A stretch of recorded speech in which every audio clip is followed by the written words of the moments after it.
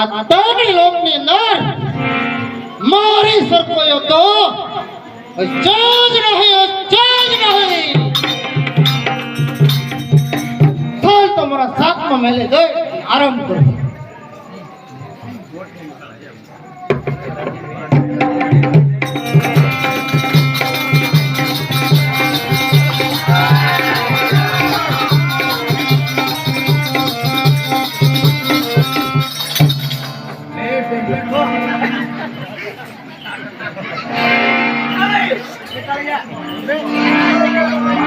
અરે આ વન હળગી રહ્યું છે અને મારો છોકરો ગટુરગસ અટાણે હોઈ રહ્યો છે તો ચાલ એને જગાડું.